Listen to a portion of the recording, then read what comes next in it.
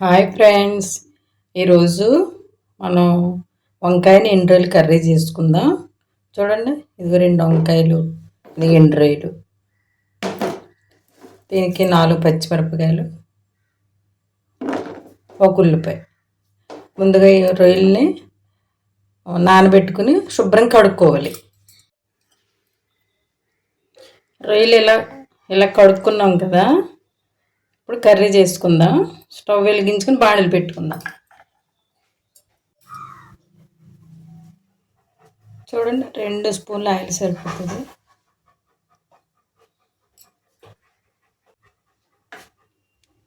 Oil కాగింది కదా. ఇప్పుడు ఇందులో రొయ్యలు వేసుకుందాం.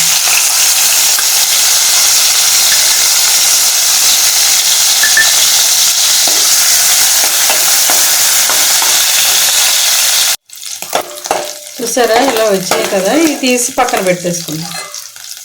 గిన్నెలో తీసేసుకుందాం.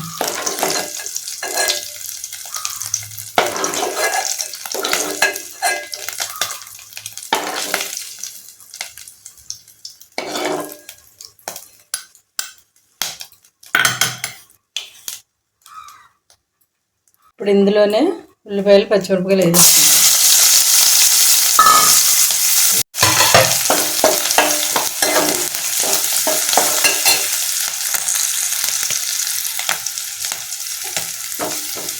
చూసారా ఆనియన్స్. ఇందులో ఒక టమాటా,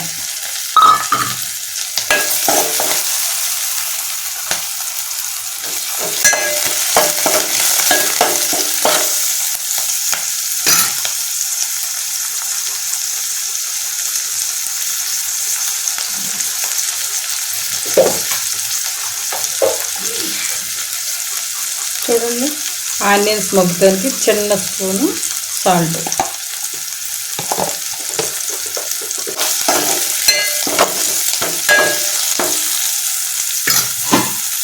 రెండు నిమిషాలు మగ్గించుకోవాలి. మూత తీసి చూద్దాం.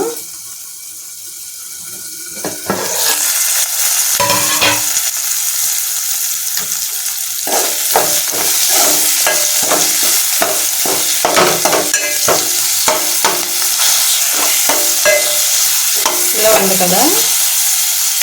ఇప్పుడు కట్ చేసుకుందాం. ఉప్పు నీటిలో వేసుకున్నాము, వంకాయలు వేసేసుకుందాం.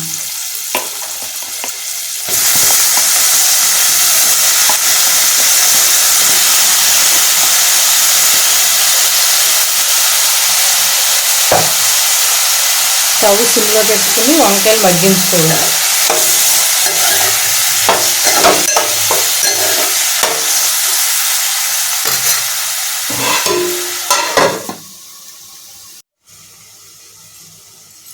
ఒకసారి చూద్దాం. ఇలాగా అయినాయి కదా.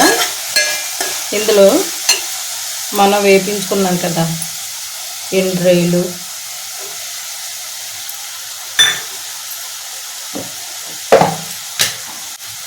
కూరకు సరిపడగా ఉప్పు కొంచెం పడుతుంది.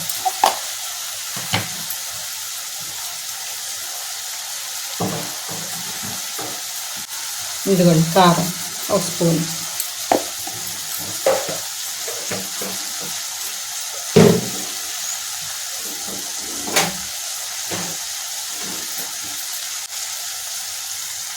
అర స్పూన్ పసుపు, అర స్పూన్ ధనియాల పౌడర్,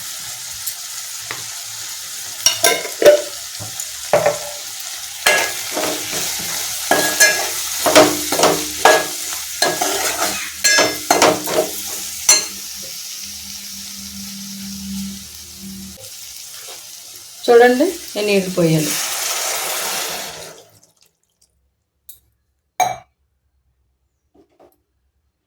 మంట అది హై కాదు, లో కాదు, అలా మీడియం ఫ్లేమ్లో పెట్టుకోవాలి.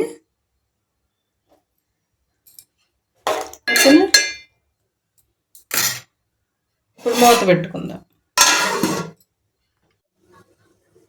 ఇప్పుడు మూత తీసి చూద్దాం.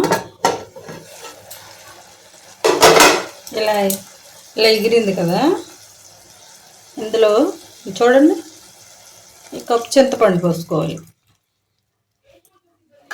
ఓకేనా, ఒకసారి ఇలా కలిపేసుకుని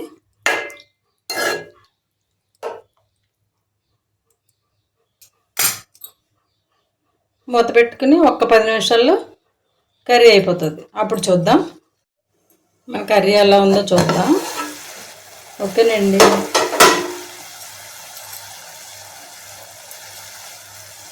అయిపోయింది కర్రీ. ఇలా ఉంటే సరిపోతుంది మనకి. ఇప్పుడు సర్వింగ్ బౌల్లో తీసేసుకుందాం. స్టవ్ ఆఫ్ చేసేసుకుందాం. చూడండి, ఇప్పుడు కొత్తిమీరతోటి గార్నిష్ చేసుకుందాం. ఓకేనండి, ఈ రెసిపీ మీకు నచ్చితే మీరు ట్రై చేసి మీకు ఎలా వచ్చిందో చెప్పండి. ఓకేనా, ఈ వీడియో మీ ఫ్రెండ్స్కి, మీ రిలేటివ్స్కి అందరికీ షేర్ చేయండి. ఓకేనండి, thank you for watching. Bye.